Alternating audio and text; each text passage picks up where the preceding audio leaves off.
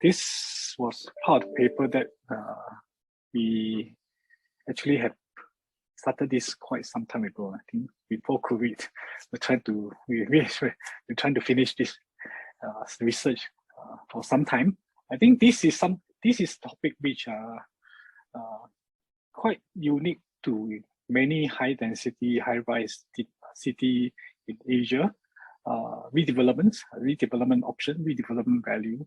Unlike many study or many paper in the literature that look at this issue about redevelopment, or they call it in general tear down or knock down kind of value in the US. Most of those studies basically cover what they call the single family landed houses. I think single family landed houses in tear down value, they can actually estimate quite relatively well. But for high rise, high density, especially when there's this common ownership or joint ownership, we call the strata title kind of developments, redevelopment options become much more complex, especially in high density city like Singapore. But this redevelopments is actually important process of what we call the urban renewal, right? Therefore, this is a topic that we're going to share with you. Again, I'd like to thank Adis. Actually, Adis and I, we know each other way back to Cambridge time, I think quite some time ago. So, okay, just a broad motivation of the study. The number of old buildings worldwide continue to increase. Those actually above 40 years old become the housing stock that were 40 years and above actually continue to increase when the urban growth. I think in the US, I think the more dense city like New York, Boston, Los Angeles, and so on, I think the number of older building actually even higher. In the average is about 50%, but you look at the more dense city like New York, Boston, and LA, I think most of these cities, they are building with 40 years old age, actually more than 70%. And similarly, the same kind of observation also found in European country, more than 70% of the houses or housing stock, even older, more than 70%, actually more than 40 years old. Denmark, for example, UK and Belgium, these are the countries where almost 3/4 of the housing stock are actually above 40 years old. So I think for this city where the housing stock become older, I think redevelopments or tear down become an important process. So negating the value of redevelopment options sometimes can result in significant underestimation of the prices. I think the same issue we actually observe in Asian city, especially Singapore. Sometimes you probably wonder why some older houses or the flat apartments are so much higher than the average value. Why is it so? And certain houses are not actually so because of this, the value because of this depreciation. Some of the older houses without the redevelopment's potential, actually the value actually underestimated. So by using the typical, what we call the hedonic pricing model to estimate or to predict the value of some of these housing unit, without taking into consideration these redevelopment options, sometimes it can lead to what we call the omitted variable bias in the equation. But again, it's very complex in trying to actually predict or trying to identify this redevelopment potential, because I think you don't really observe it until these redevelopments actually carry out or this option being triggered. Unlike the single family houses, actually when you sell it, people buy and tear down. When you look at the older building, this is the value reflecting the redevelopment options. Where you have a multi-owner, multi-tenants or multi-ownership or joint ownership kind of development, is much more complicated to observe or to look at the redevelopment potential, because I think you need to get the majority of the strata title owner to agree to work hand in hand to get the redevelopment options exercise or trigger. So this embedded redevelopment option value will have a significant impact, or could bias the value of the property significantly if it has not been properly accounted for in predicting this value. So so the challenges now actually is really to empirically measure or to estimate these redevelopment options, redevelopment option value in these hedonic models, because I think those who actually familiar with hedonic pricing models, you will be very familiar with some of this issue, because redevelopment options is not directly observable, but this option value is also highly correlated with many of the characteristics, not just the attribute of the houses or the apartment unit, but also attribute of the location as well.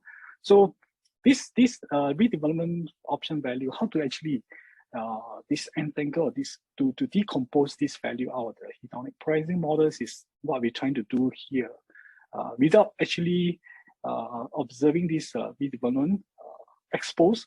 Can we actually estimate it looking at some of these characteristic of these houses and the transaction value and so on? So this is the gist of this, is the main motivation of this study, to empirically measure and estimate this redevelopment option value, and then to actually simultaneously control for some of these potential confounding kind of effects. So this literature, there are many strands of literature. I think the most relevant one is those literature, as mentioned just now, literature on tear down, redevelopment option value literature. Yeah, many of these literature many papers have been published, mostly in the US. I think all these literature looking at mostly the single family kind of property with this redevelopment or tear down kind of potential. How has a buyer's price in tear down potential instead of the existing use value. There are also other literature looking slightly complex kind of issues on hold up and assembly literature, because I think you want to assemble a fragmented kind of land parcel, and how do you actually overcome some of these potential hold up issue. This is another strand of literature where we also experience similar kind of problem in our multi-owner, multi-tenant, strata title multi-owner kind of property setup in a Singapore context. So the hold up is actually is an important or very big issue about this redevelopment, especially for what we call a collective sale, because you need to get at least 80% of the owners of the developments to agree or to participate in this en bloc collective sale before this collective sale can actually be carried out. So this is an important issue, hold up problems. How do you deal with this issue? So what is this paper about? This paper essentially empirically examine the effects of redevelopment potential on property prices. We're trying to quantify this redevelopment option premium that is embedded in the property prices. Can we actually segregate or separate this from other confounding effects, like for example, age of the buildings, location of the building, because older buildings tend to have higher potential to be redeveloped, because older buildings tend to be older, physically obsolescent, and also the internal density are actually below the optimal density, so they have much more potential for redevelopment. How do we then actually separate these some of these possible confounding effects from the hedonic prices? So we also investigate the impact of public information on redevelopment probability and the redevelopment option. We use some of the policy shock to see how some of these policy changes can have some impacts on these redevelopment options, particularly applied to this en bloc collective sale. The third objective is to examine the effects of increased development risk.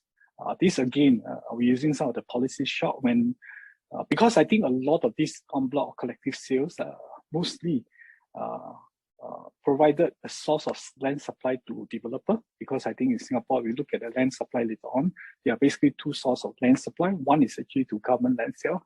The other one is actually to this older development where the developer purchased this older development, tear down and generally develop. This provide another source of supply to developer. So developer in actually examine or evaluating this redevelopment potential, they also have to take into consideration some of the potential development risk, especially policy risk as well. So we also look at some of these policy shocks and see how this will affect the redevelopment value or redevelopment option value for some of these property. So in this particular experiments, we use a large sample of transaction data, especially those transactions with en bloc or without en bloc potential exposed in Singapore to actually design this experiment to see how they can actually disentangle or decompose this redevelopment option value from the existing or the use value of the property. So otherwise, if you ignore this redevelopment option value, sometimes we can actually largely underestimate the value of the property, even though the property may be old, but if they have a strong potential, redevelopment potential, you can see the difference as in terms of value of this unit. So before we go into the detail about the empirical design, maybe I just give some preview of the results so that you can actually remember these are some of the main findings from the study. If I do not have time to go into detail about all the technical empirical design, maybe at least give you a broad overview about the result. What we have found actually, this en bloc redevelopment premium is quite significant and significantly positive, actually ranging between 20 to 29%. So in order to induce or in order to motivate the existing owner to sell the property for redevelopment purposes, I think they're expecting around 20 to 29% of premium relative to those without en bloc redevelopment potential. So there's also very important in this design where we actually look at the information signal. When is a signal that actually relevant for the potential buyers to look at this redevelopment project with the potential. This is only happened when what we call the management council or management committee of this development establish what we call the collective sale committee. When there's intention to sell this project for collective sale purposes or en bloc redevelopment purposes, they need to first set up this collective sale committee. This is the first signal of this redevelopment potential, because when this collective sale committee is formed, then they can actually initiate this en bloc redevelopment process. So this establishment, this collective sale committee is an important signal, as we can see that with this before and after this collective sale committee is formed, there's a difference in price premium. The en bloc premium actually increased by 3.6% to 8% as after this CSC or the collective sale committee is formed. So basically, it's actually a signal to the market that the project have this redevelopment potential, and the committee or the council, the sales committee or CSC in short, is going to actually potentially sell this project collectively. So we also look at other developer kind of risk as well, or using other kind of policy shock, because on one hand, the collective sale owner or the collective sale property want to sell the project for redevelopment purposes. On the other hand, we also want to look at the developer risk as well. I think developer also facing some potential risk as well. We want to see the developer respond to this en bloc redevelopment project. How do they respond? When there's a shift in the development risk. Whether these development risks will reduce their demands or their appetite for some of these redevelopment projects. So we use the policy short, where we call the ABSD. Basically, it stands for additional buyer stamp duty. In Singapore, this additional buyer stamp duty was introduced in 2011 because of the overheating property market, government trying to cool down. So this additional property buyer stamp duty also applied to developer. In the sense, developer are required must actually sell the project after acquiring some of these collective sale, including the government land sale. They need to sell the project, completely sell the project within 5 years. If they didn't manage to sell the project within 5 years, they had to pay. When this policy was first introduced in 2011, they had to pay about 10%, what we got ABSD, based on the land value or the collective sales value. So this is hefty transaction cost for developer. If they are not able to sell the project completely within 5 years, they have to pay a 10% ABSD. And this ABSD, or additional buyer stamp duty, subsequently increase up to 30%.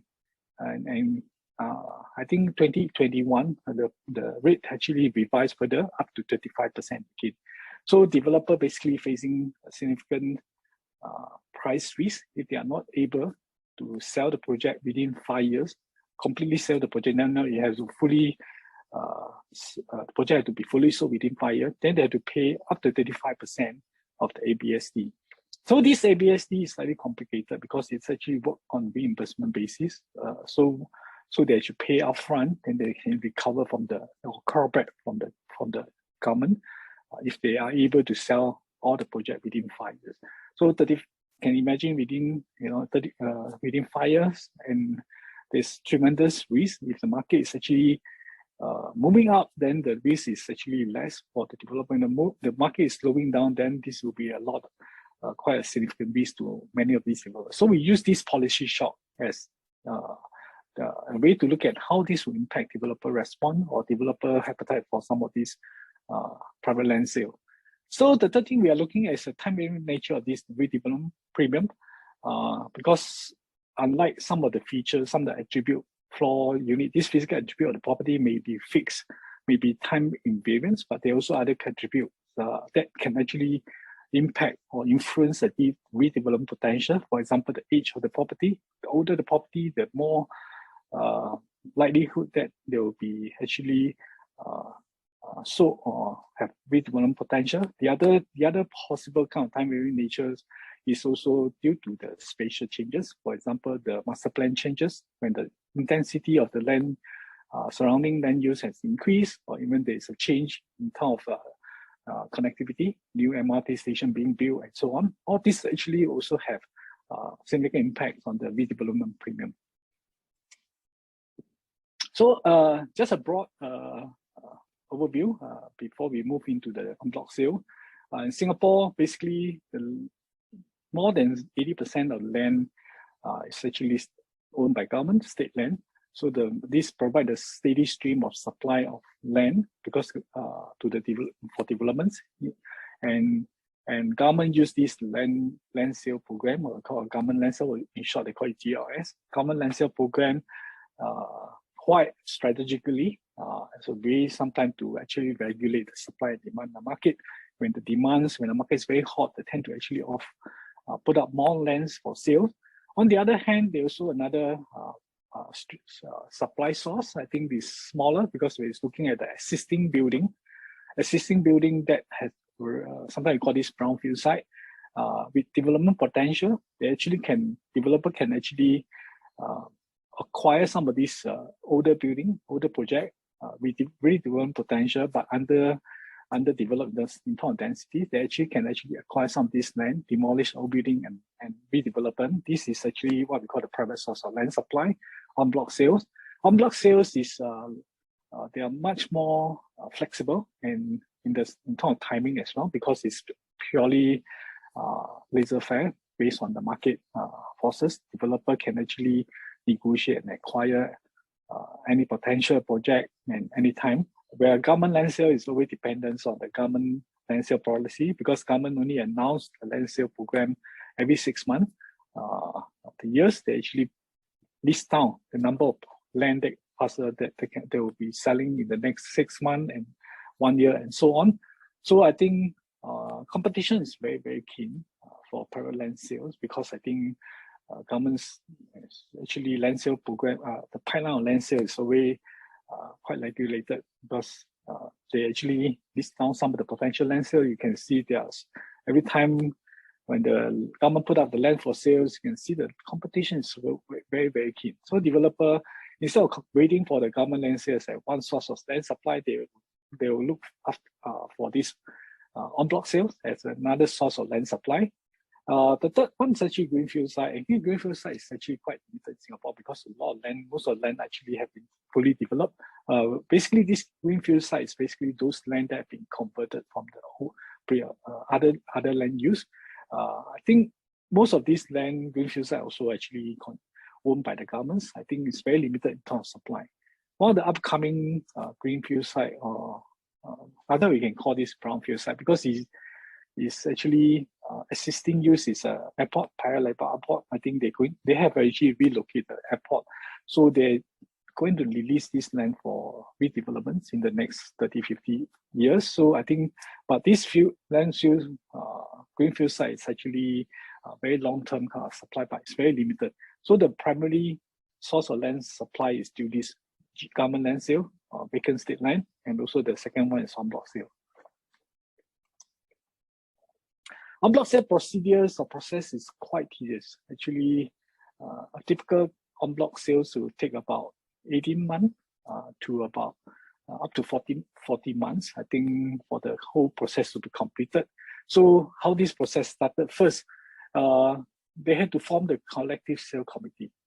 As when they receive about 20% by share value or 25% by number of the owners vote for this collective sale during the GM, then they will form the collective sale committee, and they will appoint lawyers, valuers, consultants to actually initiate the process. So this is the first stage. They need to have at least 1/4 of the owners by number and 20% or 1/5 by share value to agree or to want to actually kickstart this en bloc sale process. Then they will form the CSC. However, for projects that have failed in the past, if you have failed the first attempt en bloc, to initiate again, to form the collective sale committee again, you need to get at least 50% of the owner to agree, because this to prevent people from actually abusing the system and so on. So and then for typical development, 1/4 of the owners, if you have already tried a few times, if you want to restart again this collective sale process, you need to have at least 50% of the owner to agree during the EGM. So this is the first stage. After the collective sale committee has been formed, then you have 1 year, 1 year period to actually for this CSC committee to get the support from the owners, from other owners, to gain the majority consent. We call majority consent, depending on the age of the property. For property which is 10 years and above, more than 10 years old, you need to get 80% of the owners to agree to participate in this collective sale. For those less, for those actually less than 10 years, newer project, if you want to go through this collective sale, you need to get 90% of these owner to agree. In fact, this majority consent had already been reviewed before 1999, even much more stringent requirement, because in order for the CSC committee to be able to kickstart this en bloc process, they need to get unanimous. In other, every one of the owner had to agree. The whole problem is much more serious when you need to get everybody to agree. There's always this 1 or 2 people who disagree, or minority who disagree, then you cannot actually initiate this collective sale. But after 1999, this majority consent has been revised, as mentioned just now, 80% for those who are 10 years old, 10 years and above, and 90% for those property or development that is 10 years or younger. So after you have gotten the collected the majority consent, I think the next stage is to actually find the buyers. Find the buyers. I think you are given another about 1 year to find an interested developer or buyer to submit the bid. So this process, from the CSC committee until the closure of this the submission of the bid is already about 2 years. And depending on how fast and how soon they can actually find the interested buyers, so they are given about 1 year. If you cannot find a buyer within 1 year, then the collective sale committee term will end. So if they want to restart again, they have to get the EOGM to get approval from the strata title owners again. So after this bidding, or these interested buyers have submitted the bid, then usually the highest bidder will get the deal, right? Just like government land sale, you based on the higher bid basis. If you do not get any bid, then sometimes these consultants or the CSE had to negotiate or to go and find interested buyers to submit the bid or to even agree to purchase this project collectively. Once you get the higher bid, and then the developer and the agree on the price, on the reserve price, because the bid had to be above what we call the reserve price. So then this en bloc sales process will go through. The final stage will be to finally get the approval from this strata title review board, because in Singapore, all these multi-owners kind of property actually registered under this strata title board. So they need to get the approval from strata title board to actually to deal with, so like going through to approve, to finalize this en bloc kind of procedures. So the strata title board also we have to deal with sometime. Occasionally you find some minority owner disagree or happy with this collective sale, either the pricing or the apportionments of the sale proceed and so on. They have to review if there is any minority owner that disagree or unhappy with this transaction. So if there's any complaint or any dissenting minority lodge appeal, then this process will drag on further, because I think STB had to, the strata title board had to review and clear these minority owners. There are many cases there are some of these procedures because of these minority owners who disagree with this transaction actually drag on for a few 6 months to even 1 year and so on and so forth. So this is a very, very tedious process. Actually, it takes about sometime between about 18 months to up to about 40 months. So I mentioned just now, there are two sources of land supply, actually quite significant. They're quite different in terms of the land sale. From the developer perspective, en bloc sales is one, the only source now. Actually, they can acquire what we call the freehold land, because a lot of this actually previously is under the freehold tenure. If you buy government land from governments, most of the land will be sold on the leasehold basis, 99 years. So as I mentioned just now, the time taken for this the process. Government land sale is relatively straightforward, because it's vacant site. You can actually straight away start to submit your planning approvals and even get architect to design the project, and then you can launch it very soon. Usually range between 3 to 6 months. Where en bloc sales, sometimes depending on whether minority owners actually lodge complaint or not, because it can actually take between 18 to 40 months for the en bloc sale to complete. So again, GLS, the government land sale, is between developer and government. Government is the landowner. They sell the land through government land bidding, where the en bloc sales is between the owners and also the developer.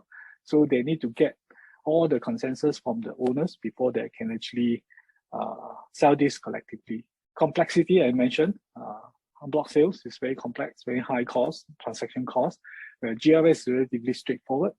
But on the other hand, GLS is very, very competitive, because you attract a lot of interest from developers. So they're actually very keen, intense in terms of competition, the bidding competition. Land selection is not fixed, where the government land sale, as mentioned, because it's regulated, the government will decide which parcel of land will be sold every 6 months. They will list down the list of the land for sale, and there's a difference. You cannot choose which one you like, and government lands, where private land sale, you can decide, which parcel of land have greater development potential. You can actually negotiate and even choose and select which one to participate in terms of bidding. So the data source, basically, our primary data source comes from the transaction data, from the RILS data. This is the very common data set used for many housing study in Singapore. It's actually a database published by the government agency, URA. We use the transaction data from 1995 to 2018. As mentioned, this paper was done actually before COVID. So the database actually covering about 23 years. So it's a very long window period. I think this database is quite comprehensive. It covers detail about property, the unit size, attribute, transaction date, transaction price. We also know the buyer's address and sales type, with this database, because we know the unique location, we can also identify some of these spatial characteristics as well. For example, the distance to MRT station, distance to school, distance to CBD, we actually measure some of these. We also can actually map to some of the master planning kind of development potential, what is the plot ratio, what's the use type and zoning and so on and so forth. The other data set is actually about the project level data. Other than the unit level, the transaction is actually at the unit level data. Where the project level data, we also collected the data on the property that have been exposed, so en bloc, and what is en bloc sales price, who are the developer who are acquiring the site. We also know the address, building address, how many units of the development size, and number of units in the developments, the age of the building based on the completion years, and also the permissible gross plot ratio for the land, whether the land plot ratio has been maxed out, or in other words, has a development built up to the maximum plot ratio, or what is existing density and what is the permitted plot ratio and so on. These are actually some of the development characteristics that's very important in order to determine the development potential. As you can see here, the en bloc activities, very, very sensitive to the market cycle. When the market is moving up during the peak, you can see a lot of this land will be sold en bloc, especially if you look at, for example, 2006, 2007, before the subprime crisis.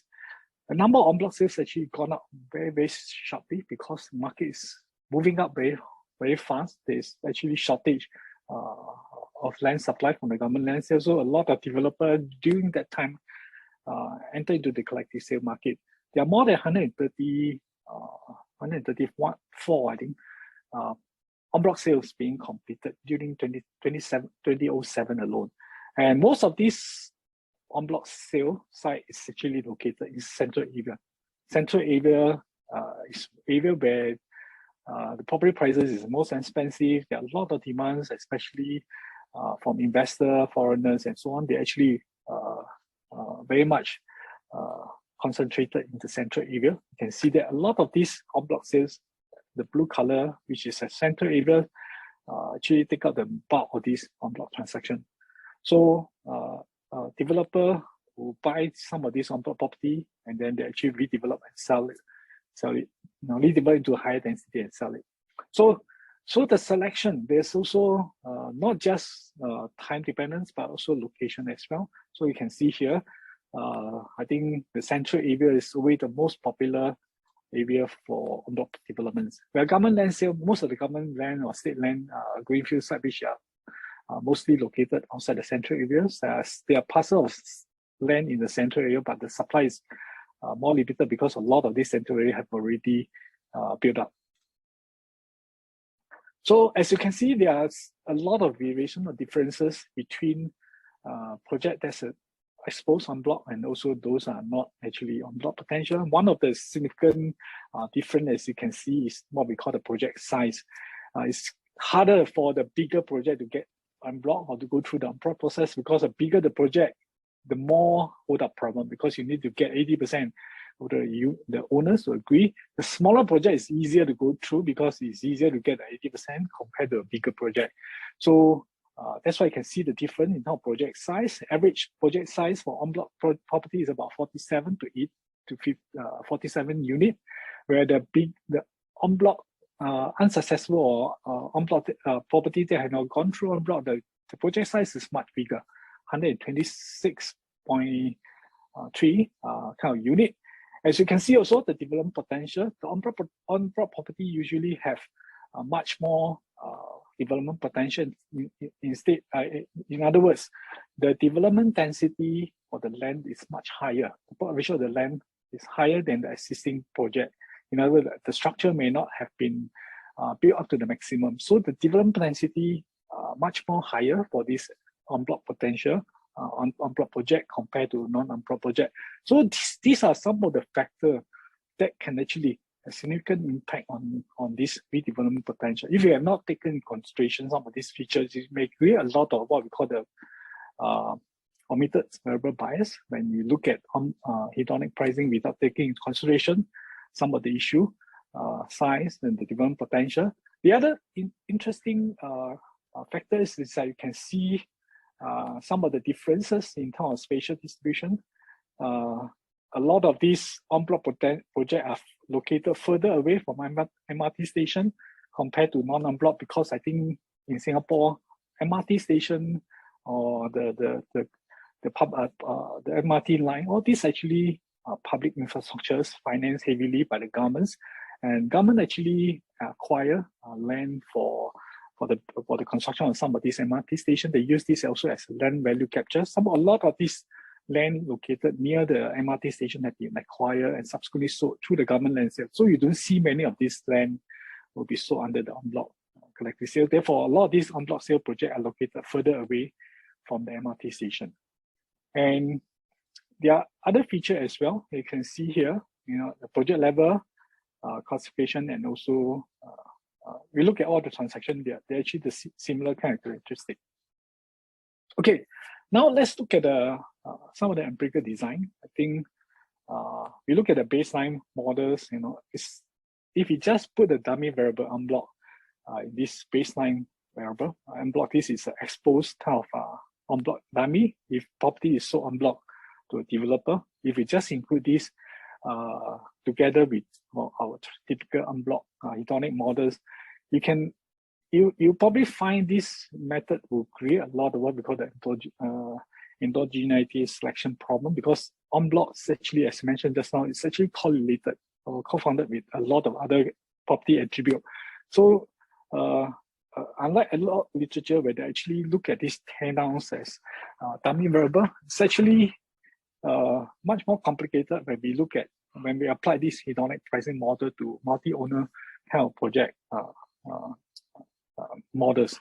So if you follow the literature, we just put this en bloc dummy variable. We can see later. I'll show you the result. You probably can find that this en bloc dummy may actually be correlated with other characteristics. It could be correlated with the age, size, and other characteristics. Therefore, I think by just putting this en bloc dummy, you can find very biased kind of estimate, and you may not be able to actually capture this redevelopment potential clearly through these models. So I mean, just like any others hedonic models, we include all these vectors of property attribute, property type, unit level, size, tenure, property type, proximity factors like distance to MRT station, distance to school. We also include all the different fixed effects to control for the variations, unobserved kind of variation, year fixed effect, month fixed effect, regional fixed effect.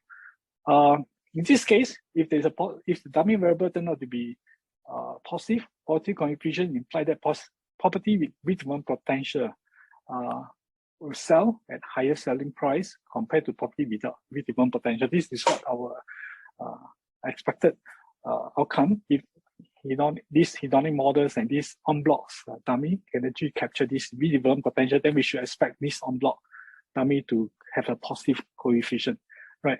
If you just run this simple baseline regression, do we see this result?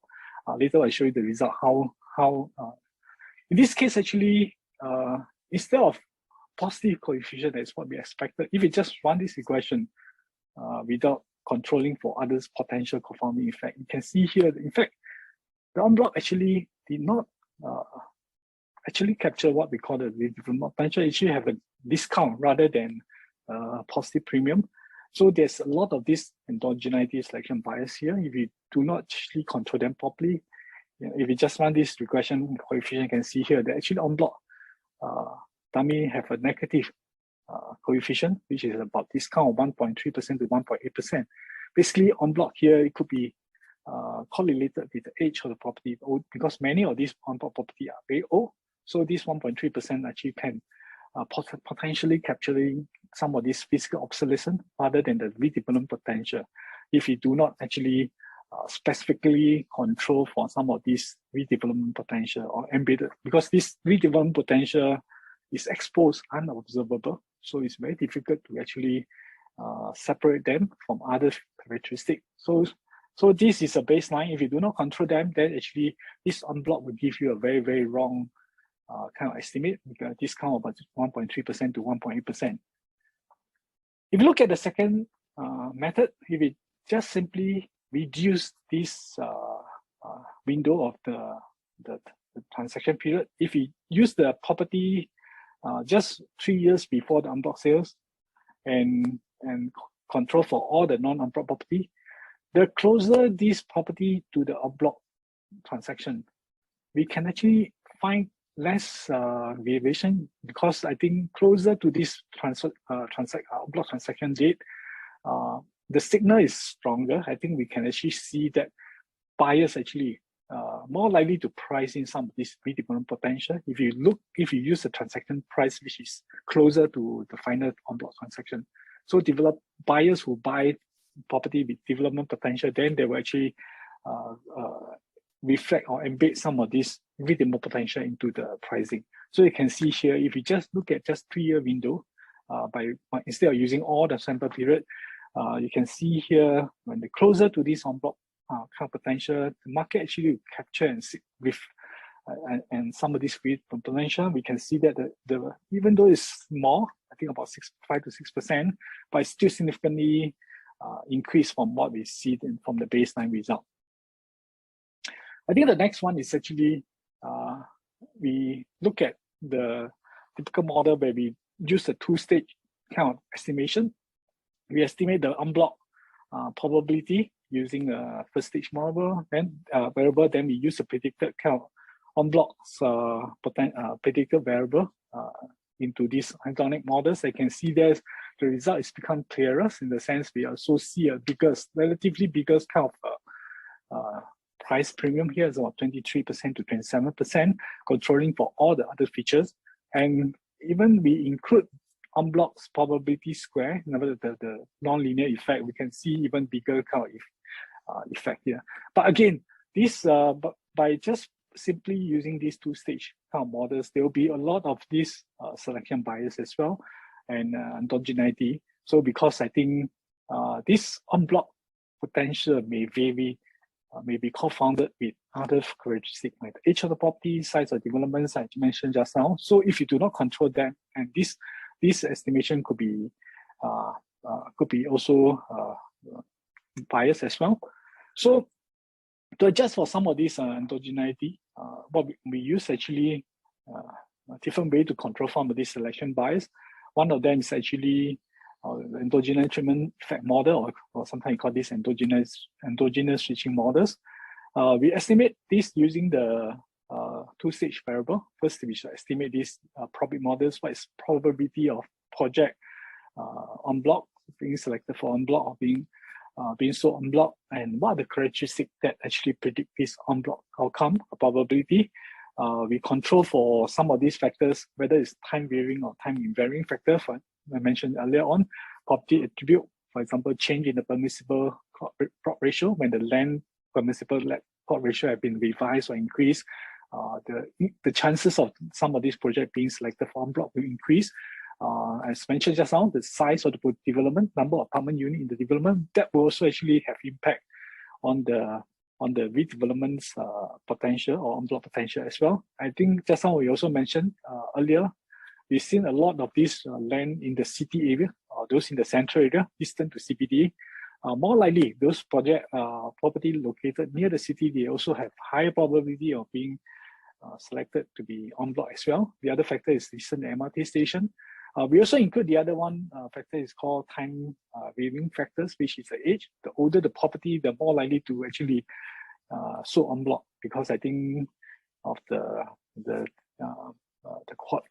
depreciations, the aging of the asset, and so on. So they are more likely to be selected for en bloc as well. So with these probability models, we actually develop what we call the inverse mean ratio, and then we substitute or include this selection adjustment into our model here. Then we also actually control for what we call the average treatment effects in this model here. We look at what is the price effect of property to participate in the en bloc project to measure whether, how do we measure this one? One way is to look at this selection issue here. This is the endogeneity treatment effect, the first stage probability models, as mentioned just now. property age, the older property, the more likely, the higher the probability of being sold en bloc. And the size, as mentioned, the larger the property size, the number of units, the more difficult to go through en bloc. The freehold also much more popular and much more higher probability of en bloc. The other one is that development density again. There's a positive effect. Distant to MRT, the closer to the CBD, more likely to actually go into the en bloc. All these factors actually quite significant in predicting the en bloc potential. Then we actually run in this second stage kind of process. Second stage hedonic model controlling for what we call the inverse mean ratio and so on.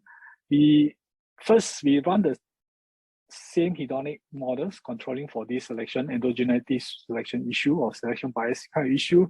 As you can see that the en bloc potential is actually priced around 26%, 21 to 26%. If we separate the two, en bloc and non-en bloc, because they actually also a lot of other different characteristics which will be differently priced for en bloc and non-bloc.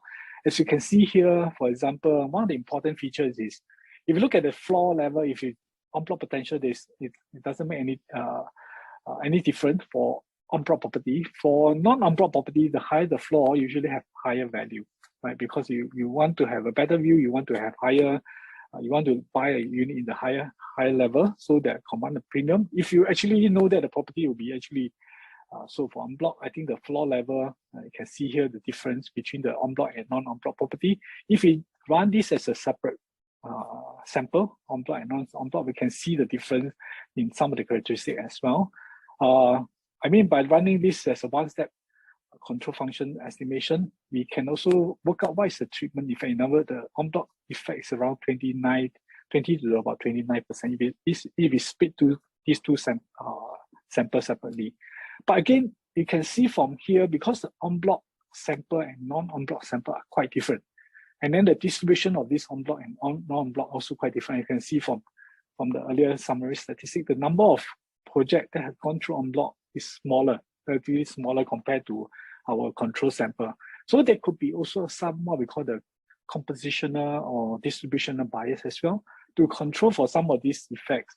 So we also run some robustness tests using the standard kind of propensity score matching approach, trying to find comparable control group, which is our non-en bloc group, and actually estimate together with the sample of the treatment group and see whether this controlling for this composition or distributional kind of effect, will we still see this en bloc potential variable turn out to be significant?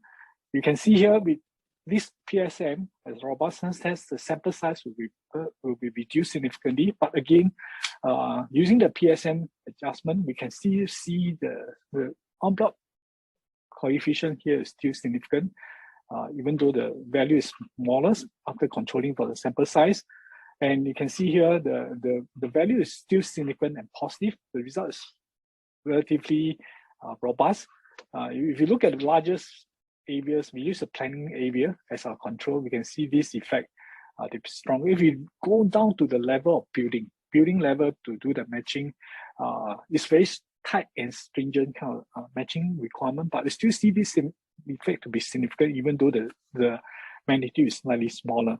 We did many different permutation, different way of controlling these matching procedures. All of them turned out to be still significant, despite all this issue about distributional bias and so on. Controlling for all those things, our PSM result turned out to be still significant. And we also control, as mentioned just now, a bit running behind time. Maybe I'll go through this a little bit quicker. I mentioned just now, we want to know the signal. When will this signal en bloc potential started? I think we look at the formation of the CSC as one policy shock. When the CSC is formed, mean the owners actually have the intention to sell the project en bloc or collectively. So after the formation of CSC, there's stronger signal about this en bloc potential. As you can see from here, this is before the CSC is formed. The first quarter after CSC is formed, and then CSC2 is, that means second quarter, third quarter, and so on after the CSC form. when the time pass and when the progress of this CSC, the collective sale process, further and further into the en bloc sales, you can see that the signal of this en bloc potential actually increase over time. So in other words, when the probability of this en bloc becomes successful increase, you can see the en bloc potential also in the premium increase as well. And just now I mentioned the other policy shot we use is as ABSD, how the developer respond to this, to really developer price in some of this redevelopment potential when they acquire some of this property. We use this additional buyer stamp duty as the shot. As mentioned just now, additional buyer stamp duty introduced in 2011 basically is to actually to test and the development risk of this developer. By having this, those developers who purchase land after 2011, they will be subject to this ABSD if they are not able to sell the project or the residential unit within 5 years. They have to pay ABSD at the point in time when this was first introduced was 10%. After 2021 last year, now this ABSD has gone up to about 35%. So developer will have to will face a very hefty penalty if they are not able to sell. Market actually slowing down or weakening, so they're actually exposed to higher development risk. They actually acquire this en bloc project. So this is another policy shock that we can use to test how developers respond to some of these effects. As you can see here, policy shock, we can see significant negative impact. In other words, when after 2011, the price premium or this redevelopment premium actually had reduced compared to before 2011 because of this higher risk being actually faced by the developer. So developer face higher risk, actually also they pay slightly smaller premium relative to before 2011 because this is the policy shock that we're actually looking at. We also control for anticipative effect, whether after the CSC is from closer, when you move closer to the final en bloc sales, whether this premium will also change, right? So we can see here, time to en bloc sale is actually negative in the sense when the CSC is formed and how this time dependence kind of effect changes. So when we move closer to the en blocs, the final, if you use the en blocs, successful en bloc sales as final the line. So we can see here that closer to these final lines, I think the higher will be the premium. So further away from this final block sale time, the smaller will be the en bloc. That's why we see this negative effect. I mean, when we move closer to this final line, ending point, in other words, the signal of en bloc will be clearer and people are more willing to pay a higher premium. When you move further away from this final line, I think it's less chances, the chances of getting en bloc is smaller, therefore we see negative effect here. So we also did control for supply effects as well. We control for the supply inelasticity and so on and so forth in the paper. But in this case, I think due to time, maybe I just stop here because I think this experiment, this quasi-natural experiment design, I think with this en bloc kind of sales setting, we are able to actually uncover some of this redevelopment potential, redevelopment option value that is embedded in property. So this is a very important consideration, especially when we apply hedonic pricing models to actually estimate or predict, to price some of the property with development potential, especially the older property. So we need to really take into consideration some of these redevelopment premium or redevelopment potential. Otherwise, we will probably risk underestimating some of these project developments. So this usually happens to the older property and the property located closer to the city center and so on.